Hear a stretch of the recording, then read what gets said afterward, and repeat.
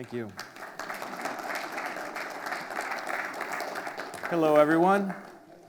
It's a great day to celebrate the resurrection, isn't it? Yeah, it is. It is.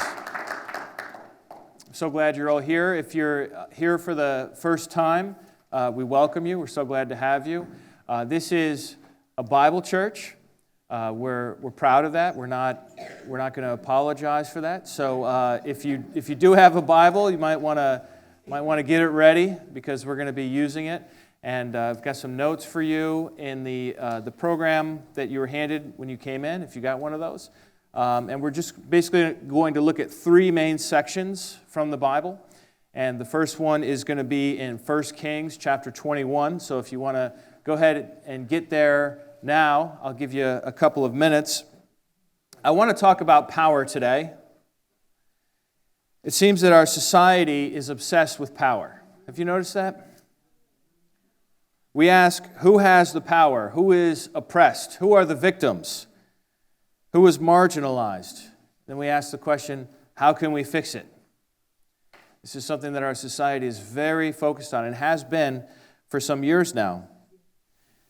And it seems like everyone wants to impose their beliefs on everyone else. Have you noticed that? And look, it doesn't matter to me what your politics are, all right? Whichever side you're on with that or what your social issues are, you really believe, at least most people, I don't want to accuse you personally, but most of us believe that if we could just get in control and force everyone to believe like us, the world would be a better place. And so there's all this focus on power in our society. I don't remember this being this way 10 years ago, but it seems to be really a focus now. And I was asking myself the question, what does the Bible say about power? What is God, how does the most powerful one use power? And especially today, of all days, what does the resurrection tell us about power? But before I get into that, I want to show you a good negative example. So it's a good example of what not to do from the Old Testament on power. And it's 1 Kings chapter 21, verse 1. And we read, "Now Naboth the Jezreelite had a vineyard in Jezreel beside the palace of Ahab, king of Samaria. And after this, Ahab said to Naboth, 'Give me your vineyard, that I may have it for a vegetable garden, because it is near my house, and I will give you a better vineyard for it, or if it seems good to you, I will give you its value in money.'" Now this seems like a reasonable request. You have a piece of property next to someone else, and he makes you an offer to either swap for another piece of property or to just give you cash for it. There's nothing wrong here. This is a reasonable request. He wants to expand. He wants to have a vegetable garden. How many of you have a vegetable garden and you're starting to think about it this time of year, right? Like, man, we really got to wait before it doesn't freeze anymore, because if you plant it too early, it won't work. All right, so then in the next verse we read, verse 3, "But Naboth said to Ahab, 'The Lord forbid that I should give you the inheritance of my fathers.'" So we have a landowner who says, "I don't think so. I don't want to sell." And the thing about ancient Israel is that they had this really personal relationship to the land, because ever since they had come into the land and Joshua had apportioned it out to all the different tribes, and then all the tribes apportioned it out to the different clans, and then the clans had families, and this is your patch of land, and your ancestors lived on it, and you're supposed to keep it. And they even had this practice of inheritance where the lion's share of the inheritance went to the eldest son. This way you didn't diminish your holdings generation by generation. You still had the same size land because it wasn't split up among all the children, at least not evenly. And so Naboth says, "No, king, I don't want to sell you my land. I want to keep it as a vineyard." How's that going to go? Verse 4, "And Ahab went into his house vexed and sullen, because of what Naboth the Jezreelite had said to him, for he had said, I will not give you the inheritance of my fathers. And he lay down on his bed and turned away his face and would eat no food. He pouted. This is a wussy king. Okay, this is a wimp. He makes a business proposal. He's rejected. He doesn't even counter. He just goes home and he says, I'm not coming to dinner because I didn't get what I want. It's so funny to read that. I mean, it's such an ancient text, and this is like somebody you know, right? It's funny. All right, verse 5. But Jezebel, his wife, came to him and said to him, why is your spirit so vexed that you eat no food, honey? Sorry, I added that in. And he said to her, because I spoke to Naboth the Jezreelite and said to him, give me your vineyard for money, or else if it please you, I will give you another vineyard for it. And he answered, I will not give you my vineyard. And verse 7, and Jezebel his wife said to him, do you now govern Israel? Arise and eat bread, and let your heart be cheerful. I will give you the vineyard of Naboth the Jezreelite. Sounds like a decent woman. What man wouldn't want a wife that would go to battle for him? What woman wouldn't want a husband that would go to battle for her? Right? This sounds good. You know, here's the king. He's pouting. He's not eating. And here's the queen, and she says, look, I'll handle it for you. But the problem with Jezebel is that she's as immoral as she is powerful. So she, as we'll see, has no limits to what she will do to get what she wants. So she came up with a plan. And she wrote letters in the king's name. And she sealed the letters with the king's seal and sent the letters to the region of Naboth where he lived, to the different men there, to leading men there, and said to them, I want you to proclaim a fast, and I want you to put Naboth at the head, and then I want you to accuse him of cursing God and the king. And then I want you to take him out and stone him, which is the ancient equivalent of a lynching, where you just get a mob together and you just kill somebody. So that's what happens. This is the character of this woman. I mean, she's really, really devious. And so that's what happened. They proclaim this fast. They put Naboth in the seat of honor. They bring these accusations. They rile up the people. The mob takes him out, and they throw rocks at him until he dies. And then it's reported back to Jezebel, Naboth is dead. And she tells her husband, her hubby, Naboth is dead. We read about that in verse 15. As soon as Jezebel heard that Naboth had been stoned and was dead, so just to be clear, this is not stoned as in like marijuana. You got that? All right, okay. He was dead. Jezebel said to Ahab, arise, take possession of the vineyard of Naboth the Jezreelite, which he refused to give you for money. For Naboth is not alive, but dead. And as soon as Ahab heard that Naboth was dead, Ahab arose to go down to the vineyard of Naboth the Jezreelite to take possession of it. That's so terrible. I mean, here's Ahab just walking down the road. What's going on, Ahab? Oh, I'm just going to take possession of some land. You know, it's like, you can't ignore the fact that you just had this guy killed, or your wife just had this guy killed. He's terrible. Skipping along the road, thinking about how he's going to grow vegetables. But he knows what kind of person Jezebel is. He's married to her.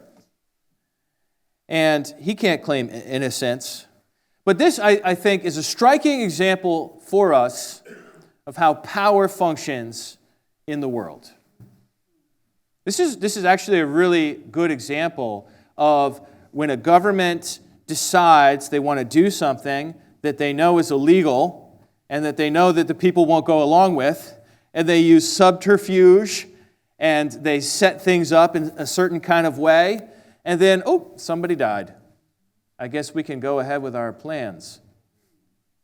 I mean, it feels kind of familiar, doesn't it? I mean, I don't want to criticize the United States too much. I mean, all governments have faced this temptation, certainly. Wouldn't you agree?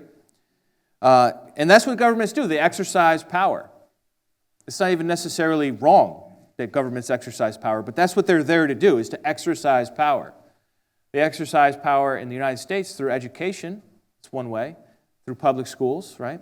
They exercise power through income tax, right? Through, they exert moral power through the legal system, right? So they have laws, and if you break the law, you have to, what, pay a fine? We don't usually get beaten with rods. Did you notice that? It's a good country. It's a good country. Other countries, you get beaten with rods. We're gonna come back to that. But then we have incarceration, right? That's another way the government exerts its authority. And ultimately, the final power of any government in the world throughout any time period is always execution. That is their absolute most powerful thing they can do to other people, or do to people, is to execute. And the government of Ahab and Jezebel did that. They executed, but they did it in a roundabout way to an innocent person, and they thought they got away with it. And then God sent a prophet, a man named Elijah, and Elijah came to Ahab, and he asked Ahab the question, have you killed and also taken possession? There's no secrets with God. I mean, here's Ahab over here. I mean, he's a weak character. So in his own head, he can think to himself, well, I didn't kill anyone. What do you mean I didn't kill anyone? Well, your wife had somebody killed. So that's her. I don't know anything about her. Oh. But Elijah goes directly to Ahab and blames him. Speaking on behalf of God, you, Ahab, have killed. You have taken possession. God saw, God knows, and God will be the judge. And God, furthermore, says through Elijah the prophet, in the same place where the dogs licked the blood of Naboth when they stoned him, they will lick your blood. So there's some good Old Testament justice for you, huh? Let's go to the New Testament. In the time of Christ, it was not so different, even though it was centuries and centuries and centuries after what we just read about Ahab and Jezebel. Herod the Great had taken power, and Herod the Great, my goodness, this guy was so capable. We're talking about a guy who could ride a horse without a saddle and squeeze that horse with his thighs and not fall off, and balance himself and shoot game from the horse and go into battle against others and defeat them. Someone who could navigate the politics at the top level, switching from Mark Antony to the new Augustus, and survive. He's like he's like a cat. He always lands on his feet. Herod the Great. Even when he backs the wrong person, it still works out. And he was evil, man. Herod the Great. I like to call him Herod the Worst. I mean, he was just so bad. He's so bad. He had his out of all of his wives, and yes, he had lots of wives. He had his favorite one killed, executed, and then 3 of his sons. That's paranoia. And then when Jesus was born, he went after all the infants in Bethlehem because, hey, there's another threat, another pretender to the throne. So Jesus had to escape that. But that's Herod the Great. And then we had Herod Antipas, his son. He was in power when Jesus was in his ministry. And Antipas was a capable ruler. He exerted his power through taxation. Galilee, where Jesus grew up, wasn't a very wealthy place. So to get taxes, to get revenue, you have to be really diligent. You have to really squeeze the people. And so he taxed the farmers and the fishers, and was able to levy a tax and send it back. And he built a city and called it after the emperor and did all the things you're supposed to do. Then there was Jerusalem, the capital city. And who was in charge in Jerusalem? Somebody just said it. Pontius Pilate, yeah. Pontius Pilate from 26 to 36, from that 10-year period. Pontius Pilate was a governor in Jerusalem. And here was a man who seemed really like in the wrong place. He really despised the Jewish culture and their religion and their scruples and their foibles. He didn't like all of the rules. He was a Roman, and he liked the Roman way of doing things, which got him into a lot of trouble with the people, and he had a lot of protests. I would say if I was to judge, and I'm not really capable of judging this, but if I was to guess, I'd say the Roman Empire was probably the most power-driven civilization of all time. Maybe there's another one that can compete with that. But they were so power-driven, the Roman Empire. The Romans were all about conquering, about victory. We still wear the shoes, Nike. That's the goddess of victory from the Roman Empire, right? I mean, they were about conquering, and they were about legions, and the legions conquer areas. Tacitus, a Roman historian, once said, the Romans make a desert and call it peace. And what he means by that is the Romans will come in and kill everyone and cut all the trees down, and they say, oh, we're at peace now. Well, yeah, everybody's dead. You win. The Romans were about power. They had the practice of a triumph, which is where they would march the people they had conquered. They would capture the ruler and some slaves and some other folks, and they'd march them through the city of Rome. And all the people would come out, and they'd throw stuff at them, and they'd shout at them, and they'd bring them to the end of the parade, and they'd take the ruler, whoever they captured, whatever the most significant person was, and they would throw that person off the Tarpeian Rock, which is this cliff, and they would fall to their death in front of all the people, and they'd make a sacrifice, not to some wimpy god, to Jupiter, the strongest of the gods. The Romans knew about power. You could even say they worshiped power, if you want to put it that way. They had this, I don't know the technical term for it is fasces, or in the plural is fasces. It's like an object where they had rods bound together with an axe head coming off it. It maybe sounds a little strange to you, but it was sort of like everything you needed to perform the role of government. So it had all these rods. You could take the rods out and you could whip somebody with the rods to punish them. And then it had the axe, so if you needed to behead somebody, it's right there. The bodyguard carries it. Whoosh. Everything a Roman official needed to execute power and justice. I was doing some research on it. Here's a picture from Marcus Junius Brutus with his lictors. Lictors are bodyguards. And you can see that they're carrying these bundle of rods with the axe head on them. This is the Brutus that assassinated Julius Caesar, just in case you were curious. It's funny because it kind of came into American statues as well. That's George Washington with his cloak over a fasces with 13 rods on it. It's the same symbol of power, right to rule. Here is the flag of the Italian Social Republic. The eagle is carrying a Roman fasces. And also, in case you're curious, that's where the term fascist comes from. And fascism is from the fasces symbol, which is a symbol of power. Here it is in the unofficial national emblem of France, right in the center of it there, the old Roman symbol of power. And there it is in the United States, seal of the Senate at the very bottom there. You see there's two fasces crossed between each other. And in Minnesota, at the Supreme Court, it's carved into the railing in the chamber. So this is a symbol that's just around. I'm not trying to make a big conspiracy point or anything, okay? My point is much smaller. My point is this.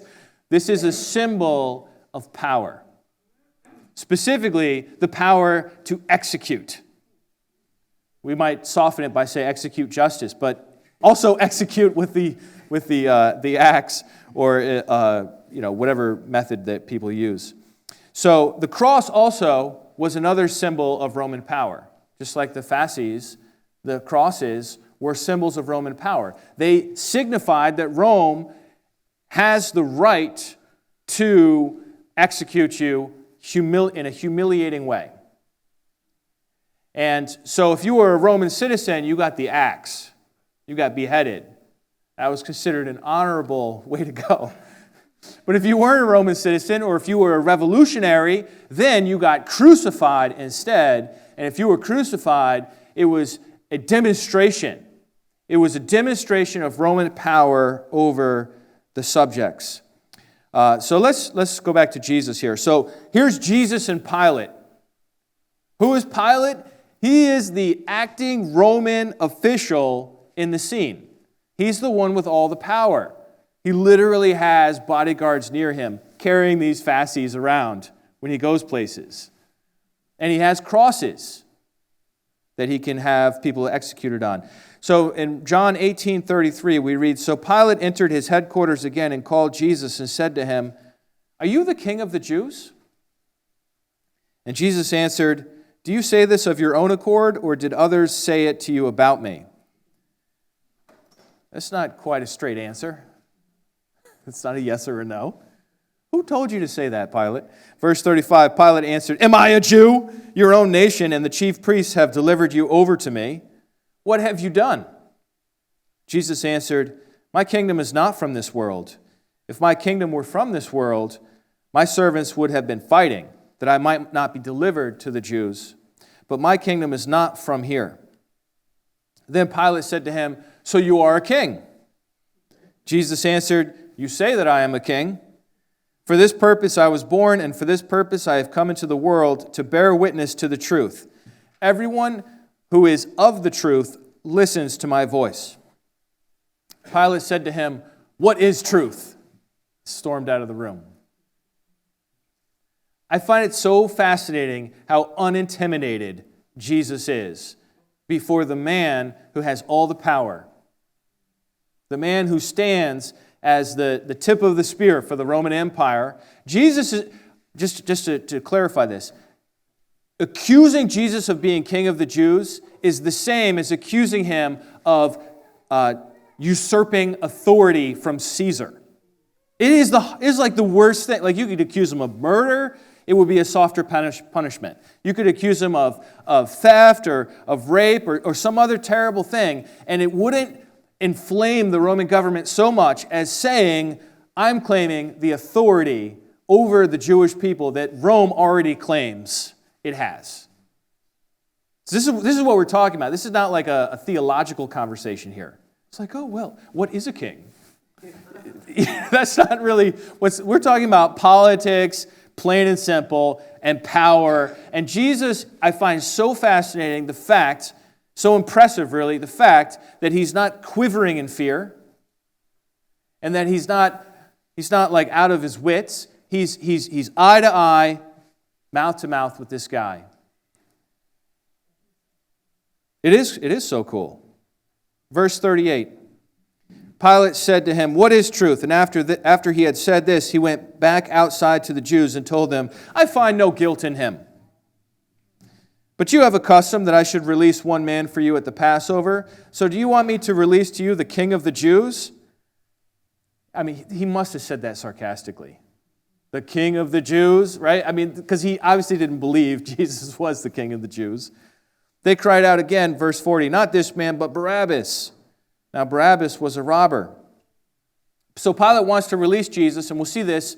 We're just going to look at a few more verses here in John 18. We're going to see this over and over. Pilate doesn't think Jesus is guilty. And he has this conversation with him. He has other conversations with him. He interrogates him. He's doing his due diligence as the governor. And he's just not buying that this guy's such a bad guy and that he really is a political threat. He's just not buying it. And we see in chapter 19, verse 1, "Then Pilate took Jesus and flogged him. And the soldiers twisted together a crown of thorns and put it on his head and arrayed him in a purple robe. They came up to him, saying, 'Hail, King of the Jews!' and struck him with their hands. Pilate went out and said to them, 'See, I am bringing him out to you, that you may know that I find no guilt in him.' And Jesus came out wearing the crown of thorns and the purple robe. Pilate said to them, "Behold the man." It's one of the most famous lines in the narratives of the trials of Jesus. Ecce homo, behold the man. Quite a profound statement. But Pilate is sort of like Ahab here. He's sort of like getting outmaneuvered by other people in other situations. And even though he thinks Jesus is innocent, he has him beaten mercilessly, which that doesn't make sense. And it's not just like beaten, okay, we're going to keep count, and we're going to beat him a few times, and then, we'll bring him out, and he'll be roughed up, and then people will have compassion. It's not like that. Like, they went out of their way to ridicule him. They found a robe. It takes time to twist a crown of thorns together. It's not just like, hey, let's just get one of those off the wall there. You know what I mean? Like, this is something that went on, and it took a long time. And then he still brought him out, and he says, "Behold the man," to the people. And it says in verse 6, when the chief priests and the officers saw Jesus, they cried out, "Crucify him! Crucify him!" Pilate said to them, "Take him yourselves and crucify him, for I find no guilt in him. And according to that law, the Jews answered him, verse 7, the Jews answered him, "We have a law, and according to that law, he ought to die because he made himself the Son of God." At this point, Pilate's, kind of befuddled, like, he's the what? Because to a Roman ear, Son of God means something different than to a Jewish ear. And Pilate starts to get worried, like, wait, who am I gonna execute again? So he goes back and he has another conversation with Jesus in verse 8. When Pilate heard this statement, he was even more afraid. He entered his headquarters again and said to Jesus, "Where are you from?" But Jesus gave him no answer. So Pilate said to him, "You will not speak to me? Do you not know that I have authority to release you and authority to crucify you?" There it is, bald face. The power of any government is the power to execute or the power to release, to set someone free. It says it straight to Jesus' face. Jesus answered him, this is chilling. Watch this, verse 11. Jesus answered him, "You would have no authority over me at all unless it had been given you from above. Therefore, he who delivered me over to you has the greater sin." Now look, Jesus is supposed to be disempowered, victimized, weak. He's the one arrested. He's the one whose life is in danger. He's the one bleeding, who's just been mocked. And yet Jesus still has power. Do you notice that? Even before the one who claims, "I have the authority," or the authority is the ability to command others to do things. It's very similar to power to execute you or to set you free. And Jesus says, "You don't have any power at all, buddy. You only have the power that has been given to you from above." In other words, there's something way bigger than you going on here, buddy. I know you think you're a big deal, and you've got the lictors with their fasces, and you've got your eagle, statuettes, and you've got all of your Roman garb and armor and your short swords, and you've got your tortoise move on the army when they put all the shells together. Nobody can, I know you're a big deal. But you would have no authority at all if it wasn't given to you, because something bigger is going on. And Jesus, his power throughout this whole thing is to submit to God's plan. How hard would it be for any one of us to not advocate, to not try to get released, especially when you got a governor like this that's convinced you're innocent? And Jesus does nothing. Jesus doesn't say, "All right, Pilate, here's how we're going to play it. You're going to say this to these people. I've been dealing with these people. I know how to outmaneuver them. I've outmaneuvered them like 5 times this week, okay? So this is what you're going to say to them, and then just sneak me out the back door. I'll be fine.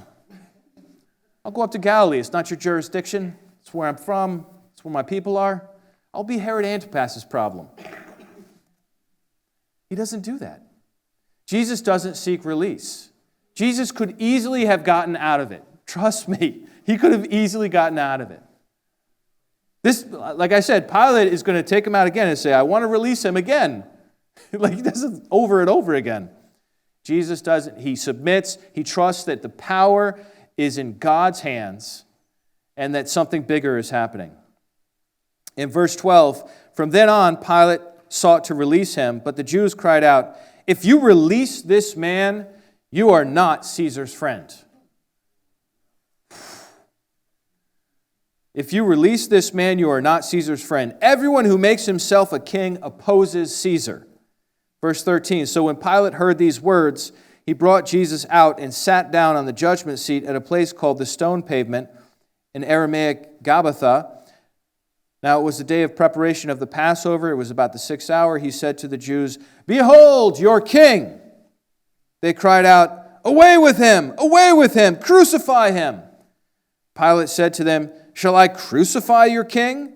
The chief priests answered, we have no king but Caesar. That is rich. Verse 16, so he delivered him over to them to be crucified. If you want to know more about the events, because there's a lot more than this, you can take a look at our teaching from last week, where my father covered the crucifixion and the trials. But they let him out to be crucified, and they had said, if you don't crucify him, Pilate, you're not Caesar's friend. And this is not like a relationship word, friend. In the Roman context, this is like either I'm Caesar's friend or I get executed myself. You know what I mean? It's not like, oh, well, I feel like being friendly today. You know, nobody unfriends Caesar on Facebook, okay? Maybe you do once, and then you're on a cross next, you know? And so they say to him, we have no king but Caesar. I mean, these guys are literally, this is so deep, so deep. They're literally looking at the anointed one of the God of Israel. I mean, Jesus is standing there. The Roman official is saying, behold your king. These are all true statements. He really is the king. And I know he's wearing like a mock robe, but he really is the king. And they're saying, we have no king but Caesar. They're rejecting their own Messiah and in favor of the Roman Caesar, he wasn't a very good Caesar, you know. So, I mean, it's really a lot going on here. But then, of course, they lead him out to be crucified. We're gonna move over to 1 Corinthians chapter 1 if you want to go there. Pilate claims power, but let's face it, he has no power. Pilate was outmaneuvered. He was outmaneuvered by the chief priests and by the mob who cried out, crucify him, and if you don't crucify him, we're going to tell Caesar. Pilate actually didn't have any power at all. He just had to do the will of the people. The only power he had, that Pilate had, was to obey the mob. That was it. Jesus still had power. Jesus had power because he chose to be there. He's the only one that's choosing to be there, and he chose to trust in God for this plan of salvation. He chose to trust. They let him out to crucify him. They cast lots for his clothes. They watched him for hours. And on the cross, Jesus appeared to be utterly powerless. A naked person hanging on a cross is an utterly powerless person. You literally can't even scratch your back or your arm. I mean, you can't even hardly move. Just breathing takes effort on a cross. He appeared to be utterly dominated by the Roman Empire, completely mocked by the crowd that was there. Oh, if you're really the Messiah, why don't you come down from there? And yet Jesus retained an inner power. Jesus didn't lose his mind. You know, like he took care of his mother. He took care of the thief next to him. He evangelized on a cross. He refused to get out of it, and he continued in obedience to God. And in the end, he died. They took him down, and they buried him. Everyone went home. And from their perspective at that time, it's just another casualty of the empire. It's just another day under this gray sky.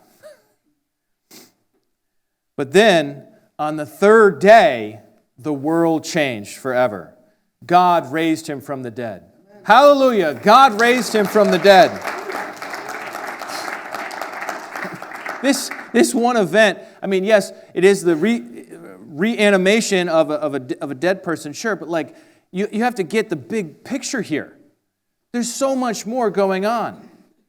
I mean, here is an empire that says, we will rule you, and if you resist, we will kill you. And here is a greater power in heaven above who says, oh, is that all you got? You're just going to kill him? I can unkill him. Give me 3 days. Give me 3 days. He will be resurrected from the dead, and a movement will begin that will last way beyond the Roman Empire. Caesar's a salad dressing in our culture. And yet there are literally billions of people.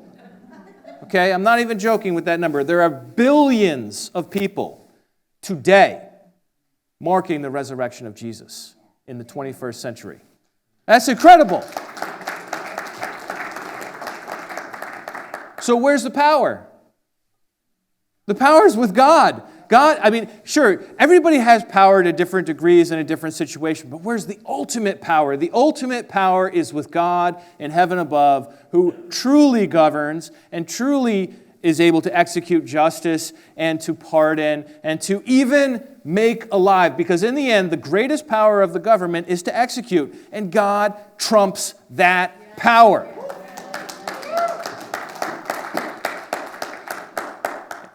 Any of you ever play spades?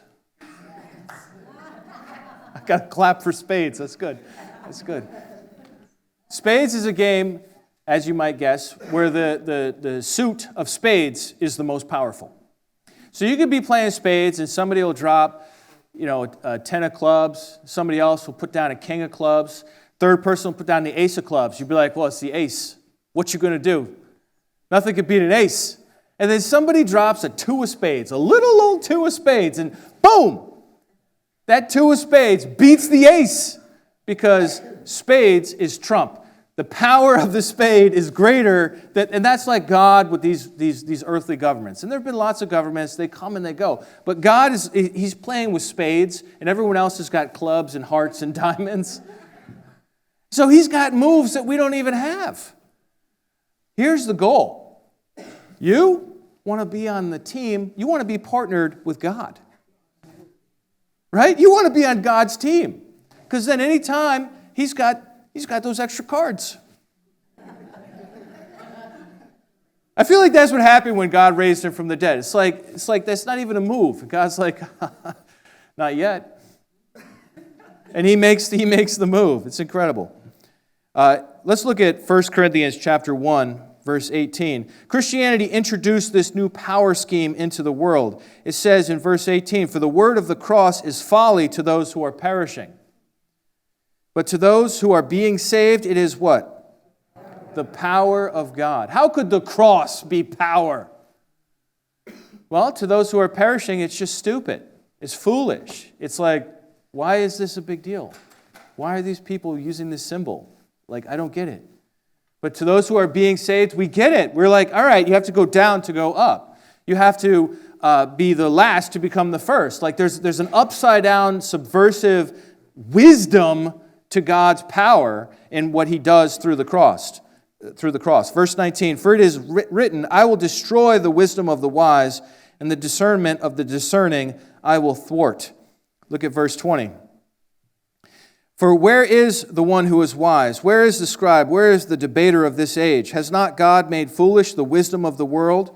For since in the wisdom of God the world did not know God through wisdom, it pleased God through the folly of what we preach to save those who believe." I love how self-aware the apostle is here.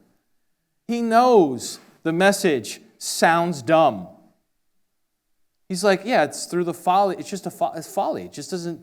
This is not some great philosophical proof, some syllogism. This is not some great, feat of engineering like the Romans would respect. The Romans built all these aqueducts and, they had running water in their toilets in their main cities. I mean, it's just incredible stuff they did, right? This is none of that. This is just a message. This is just a word about something that happened. And if somebody believes in it, they're saved. Now, I don't know why God set it up that way. I don't know why unless He tells us, right? But I can tell you this. I can't think of another way to set it up that would make it possible for anyone to be saved.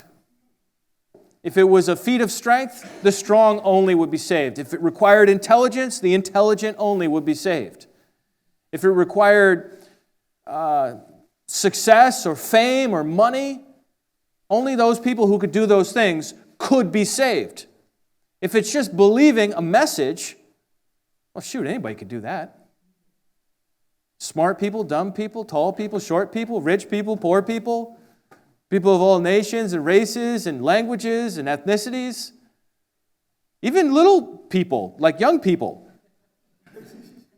can believe. In fact, young people, like children, are better at believing, aren't they? Like Jesus would take a child and say, all right, be like this, to His disciples. And what were the disciples fighting about all the time? Who's the greatest? Who's going to have power once Jesus leaves? That's what they're fighting. And He takes a child and says, be like this. There is wisdom. Look at verse 22. For Jews demand signs and Greek wisdom, but we preach Christ crucified, a stumbling block to Jews and folly to Gentiles. But to those who are called, both Jews and Greeks, Christ, the power of God and the wisdom of God. Verse 25, for the foolishness of God, that's a hysterical little phrase, right? The foolishness of God is wiser than men, and the weakness of God is stronger than men. God's wisdom was to save people this way. There's an ancient critic of Christianity called Celsus. He made fun of us in the 2nd century, maybe like a century and a half after Christ. This is what he said about Christianity. He said, by the fact that they themselves admit that these people are worthy of their God, they show that they want and are able to convince only the foolish, dishonorable, and stupid, and only slaves, women, and little children. That's what they said about us. That's ancient trash talk right there. Here's another quote from Celsus. In private houses also we see wool workers, cobblers, laundry workers, and the most illiterate and bucolic yokels who would not dare to say anything at all in front of their elders and more intelligent masters. That's Christianity. Now, we did reach some smart people and some wealthy people, it's true, in that same period. But most of us, most of the people that said, you know what, I'm going to throw in my lot with the Christians and maybe suffer execution at the Roman government. Most of us, we were just regular people. And that's the power of it. That's the power of setting it up the way God set it up and doing it the way God did it, giving the disempowered salvation. And what is salvation? Well, sure, it's forgiveness of sins. That's huge. But it's also a promise to rule in the kingdom of God, to have power when it really matters. When does it really matter? When it lasts forever. So this is quite a message we have, and it's quite a legacy. I mean, the world's changed so much. Now, to be somebody that's marginalized and to have that person in your group, you're supposed to brag about that in your public relations advertising and everything, right? It's totally different. We're still the same. We're still welcoming everyone. But I want to kind of wind things down here and ask you a question. Which version of Christianity do you hold? I mean, because there is another version of Christianity that over time merged with the government and got power and eventually persecuted other Christians who don't agree with them. There is that other form of Christianity, okay? And I wonder, which one is really in your heart? Is it the one that's sort of paradoxical and says, the first shall be last and the last shall be first, and I need to not lord it over others, but instead serve from underneath, like what Jesus did in his example? Or is it like, you know what, let me just let me just force everyone to do what I want. Jesus faced that temptation. Satan came to him and said, I'll give you all the kingdoms in the world. Jesus didn't do it. Jesus' solution to the problems of the world wasn't, all right, disciples, I want you to infiltrate positions of great power, and I want you to take over the Roman Empire. That's not what he said to do. What did Jesus say to his disciples to do? Make disciples of all nations, baptizing them in the name of the Father and the Son and the Holy Spirit, teaching them everything that I have commanded you, and lo, I am with you to the end of the age. Reach people. Reach people that are hungry. Hungry for God. And hungry for donuts in the back there. I'd like to conclude with this quotation from Justin Bailey. He writes, "The cross is not the critique of an outsider, but the critique of one intimately acquainted with the underside of power, one who has suffered evil's brutality. The cross exposes the artless conspiracy of religious, political, and demonic power. For when the powers have done their worst, when they have efficiently extinguished the life of God's Son, He rises." Hallelujah. Power dynamics may determine who lives and who dies, but when Jesus rises from the dead, it means that human power never has the last word. We too can trust God. You too can have Him as your partner in life, but it's done through submitting to His will, living His way, which is different. It's different than the way the world lives. But there's an incredible power in living that way and in submitting and in honoring God. Let's pray. Father in heaven, we are so impressed by the example of your Son. Wow. It's just so amazing to see Him standing, looking power in the eyes and saying, the greater power is above. We pray that you give us that same strength in our time, that we would recognize that you still have the greater power, and that doing things your way is still the greater way. We ask that you would bless us this day as we continue to celebrate the resurrection of the Son of God. In the name of Jesus Christ, amen.